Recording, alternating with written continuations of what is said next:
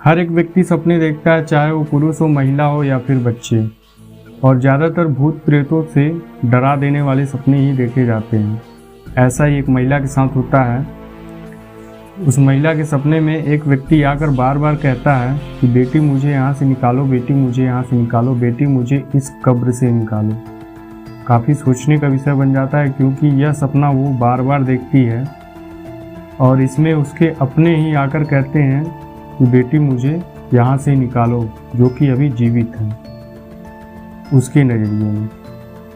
नमस्कार, आदाब, सत श्री अकाल। क्राइम अभी तक के चैनल पे आपका फिर से स्वागत है। आशा करता हूँ आप सब अच्छे होंगे। दोस्तों, आज की जो सच्ची घटना मैं आप लोगों को सुनाने जा रहा हूँ, यह सच्ची घटना है महाराष्ट्र प्रांत के जिला चंद्रपुर की। इसी का एक तहसील पड़ता है सिंदेवाही, और इसी सिंदेवाही तहसील के अंतर्गत एक गांव पड़ता है लाडबोरी। दरअसल एक महिला जिसका नाम मंदा सिलवरकर शंकरपट था, यह बरौरा तहसील के अंतर्गत एक गांव में रहती थी, जो कि अपने ससुराल में।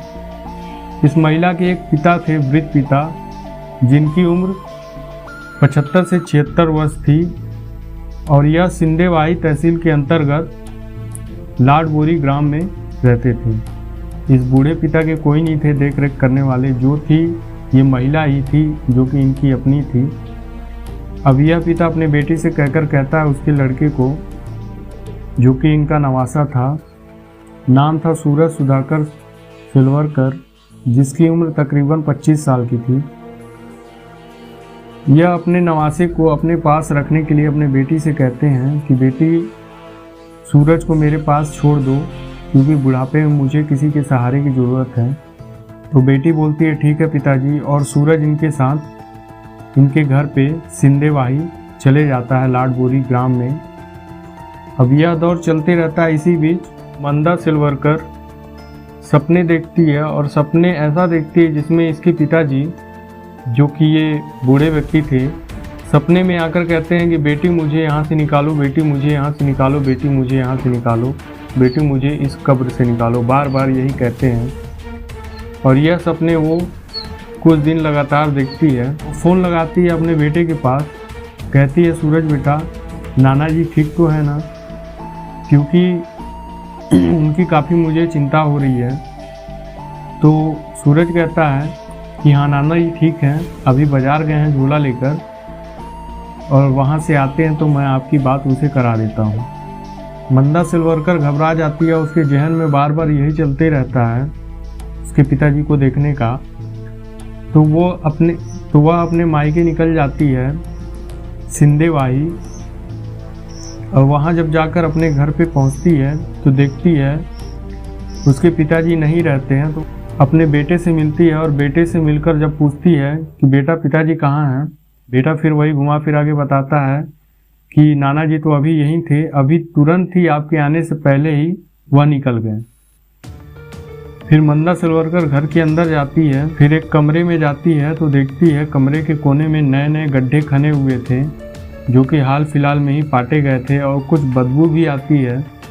तो मंदा सिलवर अपने बेटे से पूछती है कि बेटा इस रूम में कुछ बदबू सी आ रही है। तो लड़का कहता है कि हाँ माँ, बहुत सारे चूहे थे जिनको मैंने मार दिया है, उन्हीं की बदबू आ रही है।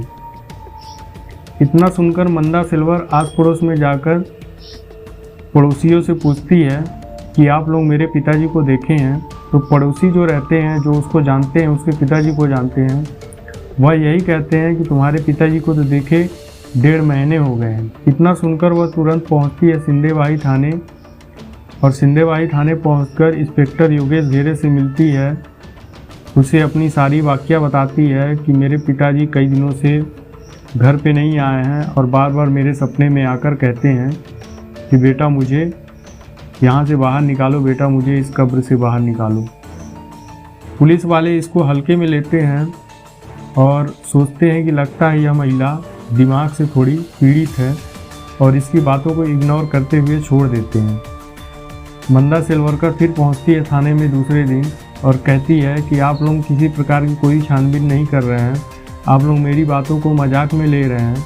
मेरे पिताजी कई दिनों से घर पे नहीं आए हैं, और मेरे सपने में बार बार आकर कहते हैं कि बेटा मुझे यहाँ से बाहर निकालो, हो ना हो वो बहुत कठिनाई में है। पुलिस वाले उसकी बात को सुनते हैं और अपनी छानबीन स्टार्ट करते हैं। पुलिस वाले फिर उसके साथ मंदा सिल्वर के साथ उसके घर पे पहुँचते हैं और गांव में पहुँचते हैं, सभी से पूछताछ करते हैं। फिर घर के अंदर जाते हैं तो मंदा सिल्वर उस रूम में लेकर जाती है, हो ना हो थोड़ा शक भी हो जाता है।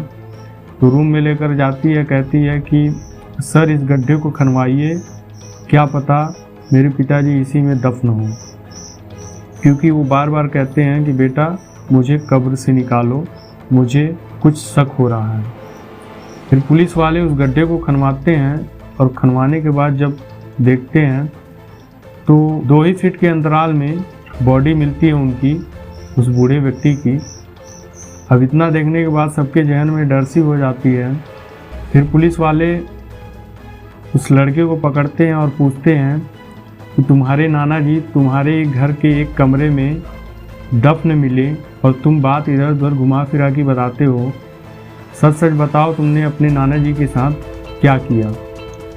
फिर लड़का अपना मुंह खोलता है, जो उनका नवासा रहता है वो अपना मुंह खोलता है, कहता है कि मुझे पैसे की ज़रूरत रहती थी और मैं नाना जी से जब मांगता था तो नाना जी देते थे, लेकिन जब ज़्यादा ज़रूरत रहती थी तो नाना जी कहते थे बेटा एक दिन आएगा तुमको मेरे सारे पैसे मिल जाएंगे, तुम इतना पैसे के पीछे क्यों परेशान रहते हो, मैं तो हमेशा तुमको पैसे दिया करता हूँ। हम दोनों के बीच झगड़ा हो जाता है और मैं नाना जी को एक भारी वस्तु से उनके सर पे मार देता हूँ, वो फ़ौरन वहीं ख़त्म हो जाते हैं और मैं ले जाकर इनको उस जगह पे दफन कर देता हूँ। वाकई में पुलिस वाले भी आश्चर्य में हो जाते हैं कि ऐसा भी हो सकता है कि कोई मरा हुआ व्यक्ति किसी के सपने में आकर बार बार कह रहा हो कि मुझे यहाँ से बाहर निकालो। इतना सुनकर पुलिस वाले सूरज सिलवरकर को धर दबोचते हैं और कई धाराएं लगाकर सलाखों के पीछे डाल देते हैं। दोस्तों इस कहानी इस घटना को सुनाने का मकसद किसी को परेशान करना नहीं है। आप जहां हैं सतर्क रहें, सुरक्षित रहें। मिलते हैं क्राइम अभी तक के अगले नए एपिसोड में, तब तक के लिए जय हिंद।